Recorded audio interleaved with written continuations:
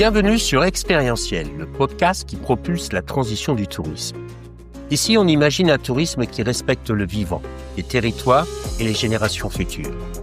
À contre-courant des sentiers battus, nous partons à la rencontre de celles et ceux qui construisent le tourisme de demain, mais pas que.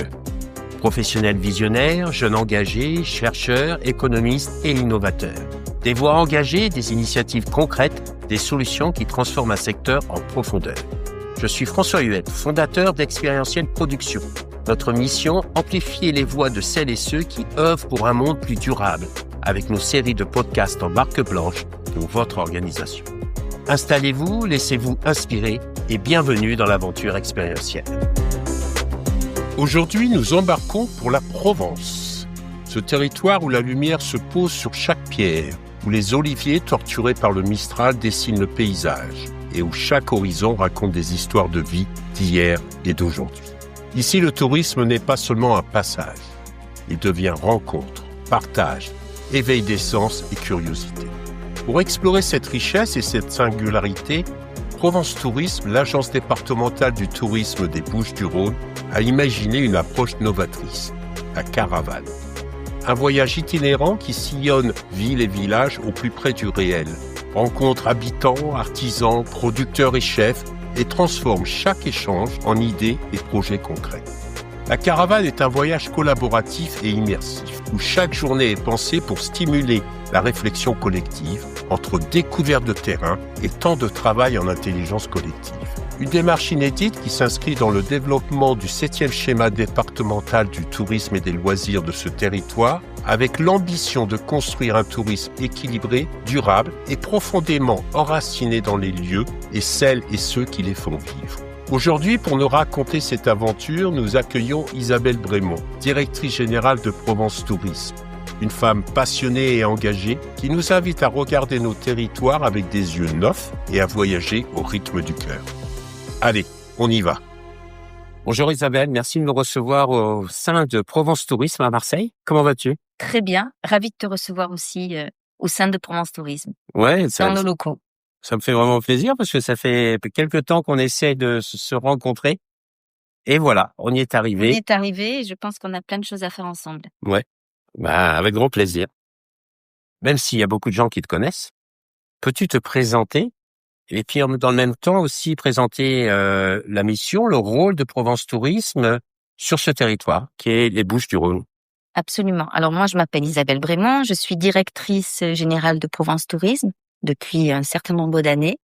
Provence Tourisme, c'est une agence départementale du tourisme, mais aussi métropolitaine, puisque sur ce territoire, on a 119 communes et 92 sur la métropole Aix-Marseille-Provence. Donc on est, j'allais dire, avec 2 pieds pour avancer, à la fois le département et la métropole.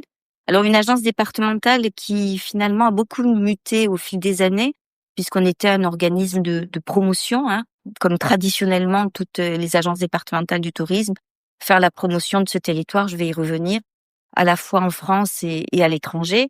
Et puis progressivement, on a muté pour être une agence de développement au service du territoire, au plus près du territoire, au plus près évidemment des acteurs du tourisme, les professionnels, que ce soit les offices du tourisme, mais aussi les professionnels, hôteliers, restaurateurs, responsables d'activités de loisirs. Et aujourd'hui, on travaille aussi beaucoup pour les habitants, pour faire en sorte que sur ce territoire, il y a un équilibre entre les visiteurs, ceux qui viennent évidemment découvrir le territoire, mais aussi ses habitants, et ceux qui y vivent. Donc il y a un travail vraiment qui est fait sur la préservation des sites, de la biodiversité, du cadre de vie des habitants, et pour avoir un tourisme équilibré dans l'espace et le temps toute l'année. Alors ce territoire, je vais en parler un peu, il est exceptionnel. Peut-être que je suis pas très objective, mais vraiment, je pense qu'on est dans un... Tu l'adores, ce territoire. Je l'adore. Ah, Voilà. tu le vis, tu l'incarnes. Je l'incarne, je l'aime beaucoup. On a à la fois, je le trouve vraiment singulier. Il a 50% d'espace naturel à préserver. On a le premier parc national des Calanques. On a des parcs régionaux avec le parc régional de Camargue, des Alpilles, de la Sainte-Baume qui a été créé récemment, qui est entre les Bouches-du-Rhône et le Var, et puis le grand site Sainte-Victoire. Et à côté de ça, on a Marseille, cette capitale régionale, multiculturelle, ouverte sur la Méditerranée, sur l'Orient, qui est vraiment incroyable. On a Aix-en-Provence, on a Arles, donc on a aussi beaucoup de villes. Beaucoup de villes, ça veut dire qu'on a, au-delà des aspects naturels dont on vient de parler, énormément d'activités culturelles.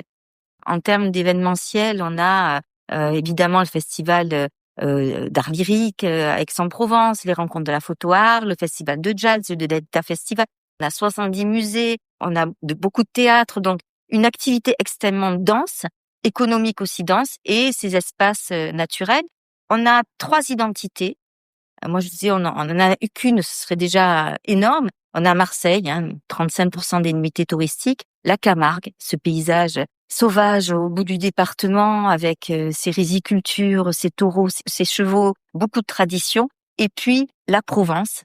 La Provence, c'est ce territoire fantasmé, connu à l'international, rêvé, avec évidemment ces champs d'oliviers torturés par le Mistral, ce patrimoine évidemment aussi de masses provençaux, un art de vivre particulier. On sait prendre le temps de vivre dans ce territoire. Oui. Et donc, cette Provence, finalement, s'appelle Provence Tourisme, c'est pas anodin. C'est parce que si on devait retenir qu'une image, c'est celle-là, cette Provence qui est rêvée et qui finalement est un peu partout sur ce territoire du département. En termes de fréquentation, on a 80% de clientèle française qui viennent sur le territoire, 20% d'étrangers, beaucoup d'Européens. Depuis quelques années, on a un tourisme intra-régional qui s'est beaucoup développé. C'est dû à quoi, ça? C'est dû aussi à la façon dont on consomme aujourd'hui. Avec le Covid, ça s'est beaucoup aussi accéléré. C'est-à-dire qu'aujourd'hui, quand on est à Marseille, qu'on va passer un week-end en Camargue ou dans le pays d'Aix, on est parti au bout du monde, on est en vacances. Aujourd'hui, quels sont les enjeux d'un territoire? Comment on valorise un territoire? Alors, qu'est-ce qui fait l'ADN d'un territoire et comment on le met en avant? Moi, je pense que le rôle d'un organisme comme le mien, un acteur institutionnel du tourisme, c'est de valoriser ce que le territoire a de meilleur dans sa vérité, son identité, sa culture, ceux qui y vivent, son territoire naturel, et de le préserver. Dans la vérité du discours que l'on porte, on a souvent, quand on est un acteur du tourisme, un peu fantasmé. Quand on parle d'un territoire, on le transcende et puis quelquefois on est un peu loin du réel. Donc je crois à la vérité aussi dans ce qu'on raconte et à la préservation. Aujourd'hui, développer le tourisme, c'est beaucoup des notions d'équilibre, de flux, d'équilibre entre les visiteurs et les locaux, d'équilibre dans le fait, par exemple, d'avoir des emplois durables. Notre objectif, nous, c'est pas de développer l'été, qui est déjà assez dense, mais d'essayer de développer une fréquentation toute l'année. Et elle est possible ici, parce qu'on a aussi, en termes d'identité, des traditions fortes. Noël, c'est une tradition forte. On a aussi tout ce qui est autour Arles, des férias, autour des chevaux, des taureaux, etc. Et finalement, ça, c'est au mois d'avril. On a, si on veut venir découvrir le territoire, les massifs sont fermés durant l'été, évidemment pour éviter les incendies. Si on veut découvrir le territoire et randonner, il faut venir maintenant. On a un beau ciel bleu, on a un peu frais, mais c'est bon d'aller découvrir les Calanques, la Sainte-Baume, la Camargue, les Alpilles, randonner en vélo, etc. Donc, je pense qu'on a tout le potentiel pour finalement avoir cette activité de tourisme et de loisir. C'est pour ça que quand on travaille sur un schéma, on travaille pour aussi le loisir et donc pour les habitants, pour ceux qui y vivent. Et donc voilà, je pense qu'on est sur vérité de discours, préservation du territoire et équilibre entre habitants et visiteurs. Aujourd'hui, quel est le principal risque à travers l'uniformisation des destinations, les pressions touristiques, les pertes de sens, selon toi? C'est qu'on retrouve la même chose partout. Ouais. Pour nous, ce qui est important, par exemple, on travaille depuis très longtemps sur la gastronomie. Alors la gastronomie, évidemment, on pense à restauration et chef, mais pour nous, on est beaucoup sur la question des produits agricoles. On est premier département producteur de fruits, de salades, de riz, premier département oléicole de France. Donc quand on travaille sur le tourisme, on travaille pour soutenir cette agriculture durable, pour mettre en relation les agriculteurs avec nos restaurateurs, que nos restaurateurs n'allaient pas acheter des tomates au fin fond de l'Espagne, on les a ici à côté, qu'on retrouve sur nos tables nos vins, nos huiles d'olive, nos produits, et que finalement on propose, et ça revient à ce que je disais tout à l'heure, ce qu'est ce territoire, son identité, sa culture culinaire, sa culture, ses traditions, voilà, et la rencontre entre ceux qui viennent découvrir et ceux qui vivent ici. Le mot tourisme, on l'a vu au fil des années, hein, et c'est un mot qui a pas de belle connotation aujourd'hui, hein, c'est presque un gros mot, je dis ça souvent. Alors que quand on revient à la définition, c'était le grand tour. Et quand on avait fini ses études, on partait découvrir le monde pour s'enrichir et grandir. C'est ça le tourisme. Oui, et d'ailleurs, les Anglais font toujours ça, le gap year. C'est formidable. Et je trouve que c'est une ouverture sur le monde qui fait du bien. D'ailleurs, je suis en train d'en parler avec mon jeune fils qui arrive à son bac et qui se dit je sais pas quoi faire. Et nous, on lui dit pars 1 an, voyager, ça va t'ouvrir les yeux. Tout à fait. Et là, tu vas peut-être trouver ta voie. Mais c'est ça le tourisme. C'est pas rester sclérosé sur son territoire, c'est aller rencontrer d'autres et apprendre de l'autre. C'est le partage de ce qu'on est avec les autres. Donc, quand on parle de tourisme, je pense qu'il va falloir revenir à ces définitions qui ont du sens, parce que le tourisme, ça a beaucoup de sens. C'est ce qu'on porte aussi sur ce territoire, cette rencontre. Je pense qu'elle est fondamentale. On vient pas consommer un territoire. On vient le vivre et l'enrichir de ce qu'on est à la rencontre des autres. Quand on parle de rencontre, vous avez lancé une initiative l'année dernière, la Caravane, qui est un des projets phares qui illustre cette transformation du tourisme. C'est un concept inédit. D'où est venue l'idée? Alors la Caravane, c'est effectivement une démarche inédite, innovante, qui nous a permis de rédiger le 7e schéma départemental du tourisme et des loisirs qui a été présenté le 12 décembre dernier. Et cette caravane, je vais y revenir, va poursuivre sa route dans le département en janvier pour justement présenter le schéma et continuer à travailler au plus près du local. Cette démarche, elle est évidemment liée à ce qu'est le territoire, la question du tourisme durable, elle est dans tous les schémas, depuis jusqu'au 6e. Mais il nous fallait passer un cap supplémentaire. Et le cap supplémentaire, c'est aller au plus près du local. C'est-à-dire que on ne va pas construire un projet qui vienne du haut, on ne peut construire un projet que celui qui va correspondre au plus près du terrain à ce qu'est le territoire, les villes, les acteurs évidemment du tourisme, mais aussi pas que les acteurs sociaux, les habitants de ces villes, etc. Donc ce qu'on a décidé de faire, on a lancé une consultation, comme on le fait traditionnellement, et on a sélectionné Idée Tourisme avec Guillaume Cromer, qui a été président de Acteurs du tourisme durable, donc, qui est déjà très engagé là-dessus. Moi-même, j'ai participé à la Convention des entreprises pour le climat, qui est une démarche tout à fait innovante qui dure 9 mois, où on est complètement en immersion. On vit émotionnellement aussi des moments qui nous font bouger dans à la fois nos réflexions et la façon dont on peut engager cette question du tourisme durable et régénératif. Donc, inspiré de cette Convention des entreprises pour le climat, donc Guillaume Cromer aussi était très très engagé. Il nous a proposé une façon de travailler différente et on a co-construit cette démarche. Alors, la démarche, elle est simple. Ça a été appelé la caravane parce qu'en fait, on sillonne le département au plus près du territoire. On va dans des villes et cette démarche, elle nous permet d'être à la fois dans des rencontres, d'avoir de l'intelligence collective pour travailler sur, évidemment, un certain nombre de thèmes. Je vais y revenir. Et ensuite, construire vraiment une approche extrêmement concrète qui va nous permettre à la fois d'avoir une stratégie qu'on a construite pour le schéma, mais d'avoir des projets concrets qui vont nous permettre aussi de faire progresser le territoire dans cette question du développement durable. Mais vous rencontrez qui? Quelques exemples peut-être. Ouais. On a démarré sur la Camargue. Et sur la Camargue, je le disais tout à l'heure, c'est une image évidemment fantasmée, un territoire plat, sauvage, avec des traditions. Mais la Camargue, elle est multiple. On a commencé sur Arles, où on a souhaité à Arles travailler sur le volet social. Ensuite, on a été au Sainte-Marie-de-la-Mer, où on a travaillé sur le volet environnemental. Et on était à Port-Saint-Louis, qui est notre ville de Camargue, sur le volet économique. Donc, qu'est-ce qu'on a fait sur Arles? on était au musée de l'Atlantique, donc un musée très connu Mmh. sur Arles, et on a invité une association Travail dans l'insertion.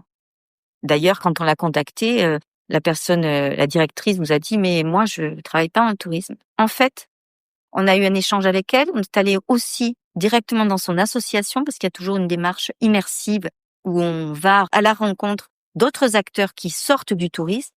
Et en fait, 100% des personnes qui travaillent dans son association travaillent dans le secteur du tourisme. Par exemple, ce sont des femmes de chambre, elles lavent des draps, les repassent pour des hôtels ou des chambres d'hôtes. Elles travaillent dans tous les sites culturels d'Arles au niveau du ménage, par exemple. Mais 100% de ces personnes ne bénéficient pas du tourisme. Ouais, on À les titre appelle les personnel, invisibles. les invisibles, ou pour leur famille. Donc, comment on fait pour finalement qu'il y ait une boucle vertueuse et que ces personnes-là deviennent aussi des ambassadeurs de l'action, qu'elles soient aussi des Mmh. professionnels du tourisme. Donc, on sort de là avec plein d'idées. La ville d'Arles va nous suivre là-dessus. On peut faire aussi des tests pilotes sur des villes et qu'on va pouvoir ensuite généraliser à l'ensemble du territoire. Mais on s'est rendu compte aussi, par exemple, qu'elles ne pouvaient pas se déplacer parce qu'un certain nombre d'entre elles, beaucoup de femmes, n'avaient pas de moyens de transport ou de permis. Mais nous, on connaît sur Arles des loueurs de vélos.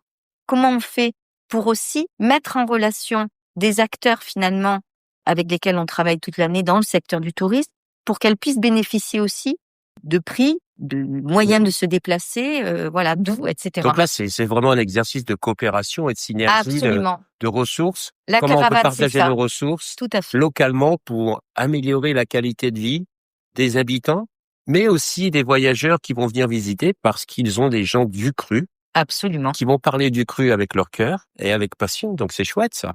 Là, on sort de notre secteur, on fait toujours une espèce de pas de côté dans cette démarche de la caravane.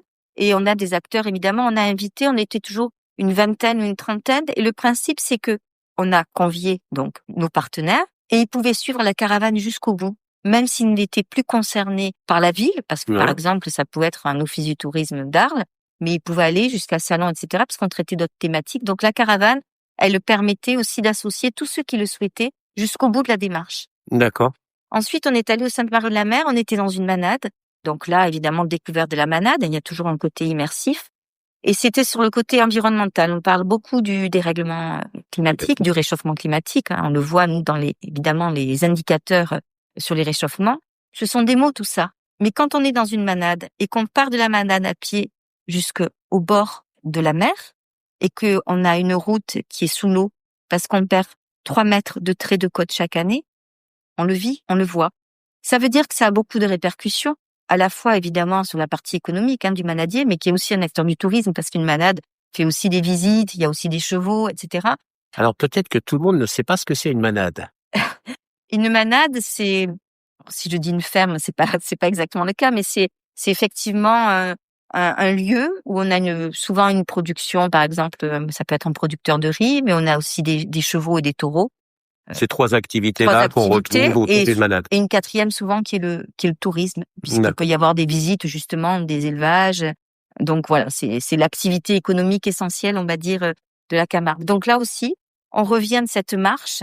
Et là, évidemment, on a vécu quelque chose de fort parce que ce trait de côte qui disparaît de 3 mètres chaque année, on le voit, on le vit. Qu'est-ce qu'on fait aujourd'hui en Camargue? Comment on agit? Alors, il y avait avec nous, évidemment, des scientifiques qui ont permis d'apporter un éclairage qui nous permet de dire comment on se projette et qu'est-ce on peut faire collectivement. On est toujours dans une approche collective pour pouvoir prendre en compte ce sujet-là et demain, dresser des pistes avec des acteurs divers et variés, évidemment au-delà du tourisme, pour aller encore plus loin.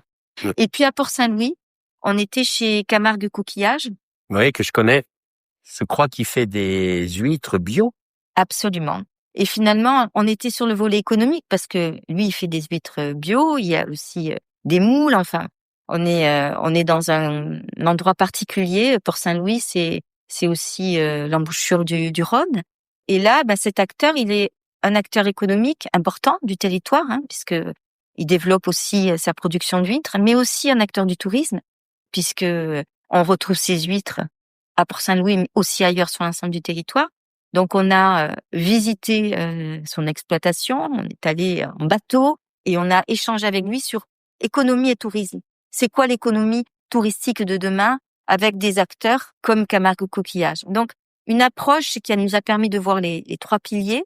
Donc, on a évidemment, à partir de ça, travaillé sur ces sujets plus globalement d'environnement, d'économie et d'inclusion, d'insertion et du volet emploi qui est important. Et de là, ça nous a permis aussi d'avancer pour construire ce schéma du tourisme. On a été à Salon, on était à Carry-le-Rouet, et là, on était déjà dans la rédaction du schéma avec des éléments issus vraiment du local pour avancer et construire un schéma qui soit au plus près du territoire. Ce qui était intéressant, c'est que des gens qui étaient sur Arles ou Port-Saint-Louis nous ont suivis sur l'ensemble de la caravane. Ah, Par exemple, Daniel de Camargue Coquillage a été jusqu'au bout pour construire le schéma et qu'il soit lui-même porteur de ce prochain schéma du tourisme. C'est formidable. bien sûr, bien sûr. Dis-moi, cette expérience, comment toi, ça t'a transformé?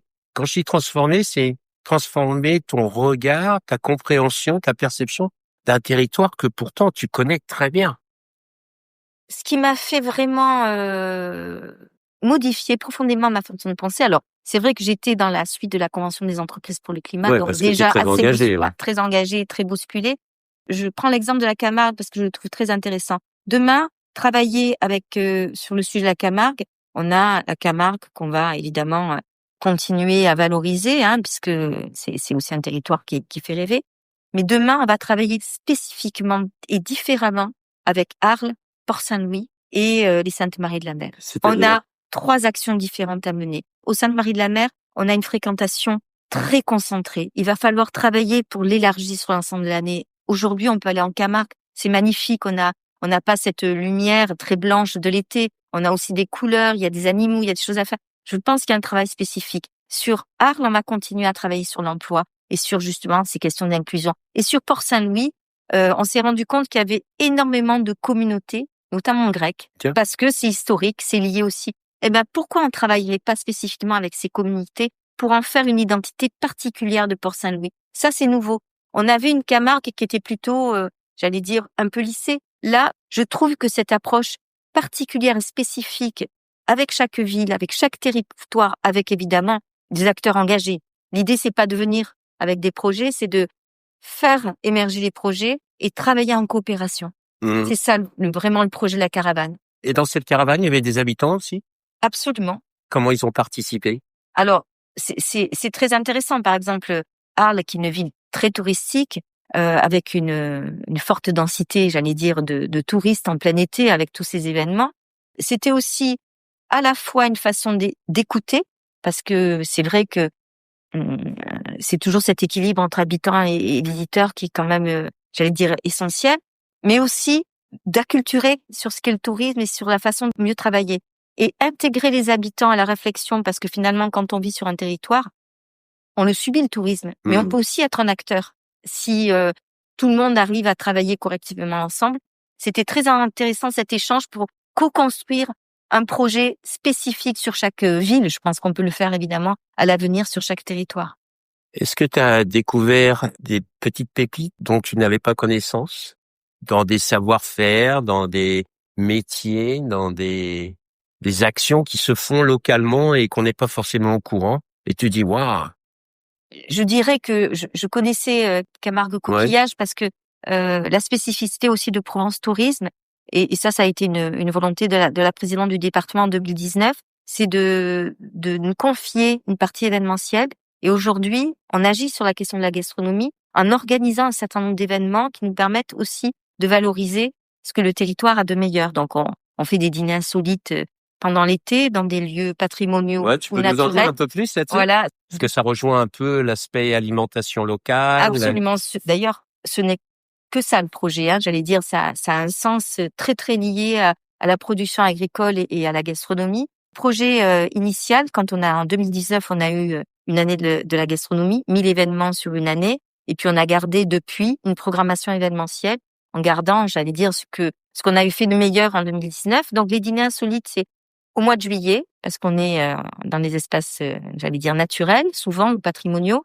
L'idée, c'était de dire, on installe une table qui est comme un grand banquet, une table très étroite. Les gens ne se connaissent pas, donc il y a cette question du partage. Je pense que plus que jamais, on a besoin de ça. de partager du temps ensemble hors du temps. C'est un temps un peu suspendu. Et finalement, la star de cette table, c'est le produit et le chef. Et évidemment, le lieu dans lequel on se trouve. On va être dans les marais salants. On a J'ai vu des des photos, images absolument incroyables. On peut être, c'est superbe, hein. voilà, mais on peut être aussi dans des lieux industriels. On était à Centrale EDF l'année dernière au bord de l'étang de Berre. Intéressant. Voilà, on est dans des lieux sur un château. Bon, on est sur le plateau, par exemple, au Beau du château des Beaux. On est toujours à un moment où finalement le soleil se couche, la lune sort. C'est toujours des moments assez magiques. Et en fait, ce soir-là, les gens s'installent et ne se connaissent pas. Ils ont réservé un lieu et un chef. Ils ne connaissent pas le menu. On ne découvre la table qu'après avoir fait un petit parcours, on va dire, initiatique. C'est-à-dire qu'on a un verre de vin, ou maintenant on travaille aussi avec le Père Blaise qui est à Marseille, qui nous fait des boissons aussi à partir des herbes de Provence, parce qu'il y a aussi de moins en moins de gens qui boivent de l'alcool aujourd'hui. Ouais. On a du pain, et là aussi on travaille beaucoup sur la question du pain. On a aujourd'hui des boulangers incroyables mais partout. Mais vraiment, on a de très bons pains, de l'huile d'olive.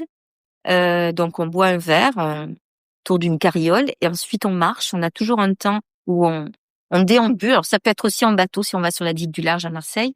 Et ensuite on découvre cette stade, on s'installe. Table étroite, donc on a beaucoup d'intimité avec la personne. Donc il y a de la proximité. Et ensuite, on découvre un menu qui a été inspiré par le lieu. Donc on a un directeur artistique qui suit le projet, qui s'appelle Emmanuel Perroda, qui est là sur les 20 dîners. On a un chef qui va intervenir pendant le repas pour expliquer ce qu'il a fait. Et ensuite, on a le vigneron qu'on a choisi, évidemment du département, qui va aussi intervenir pour expliquer son domaine, sa famille, comment il travaille le vin, qu'est-ce qu'il a proposé pendant le dîner. On n'est que dans la valorisation de l'identité et de ce que le territoire a de meilleur.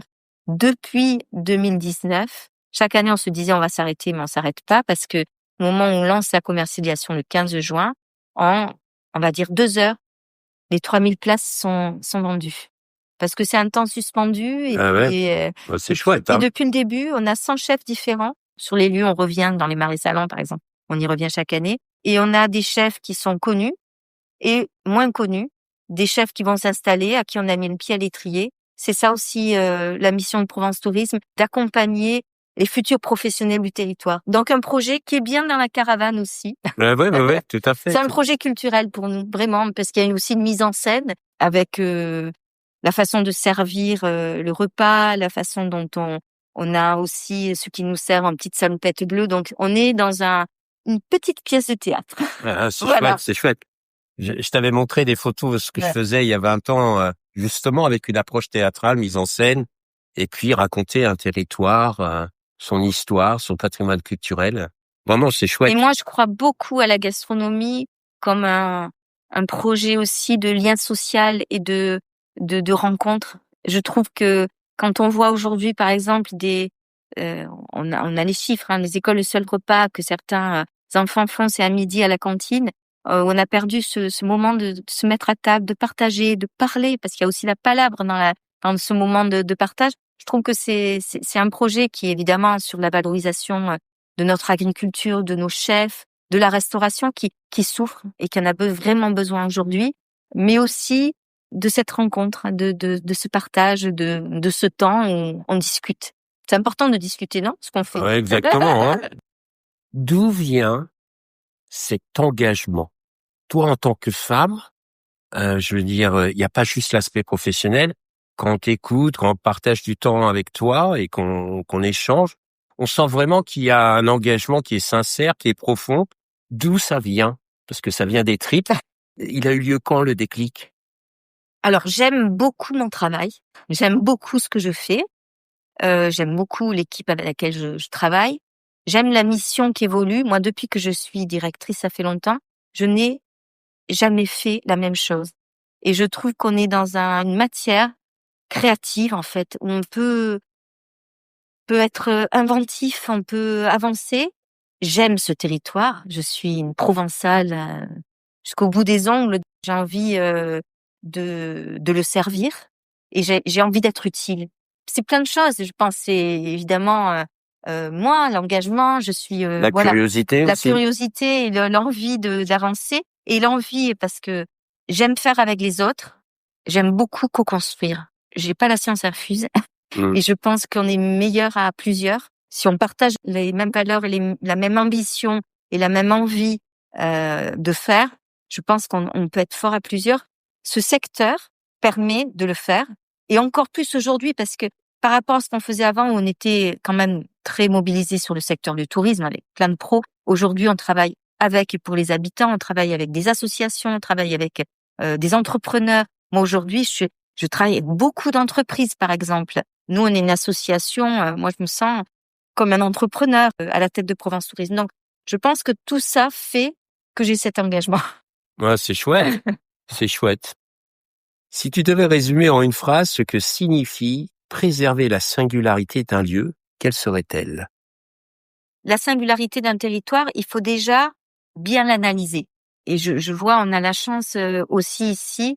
Moi, j'ai une équipe au niveau des études qui est vraiment assez exceptionnelle. 3 personnes pour les études à la prospective, c'est énorme déjà. Mais c'est important parce que on a des éléments à la fois de diagnostic de territoire qui sont très précis, qui permettent d'avoir des informations sur ce qu'est le territoire au niveau naturel. Après, on a tous les chiffres aussi très précis. On a les éléments de fréquentation avec Fluvision Tourisme. Nous, on a l'experte au niveau national qui est ici.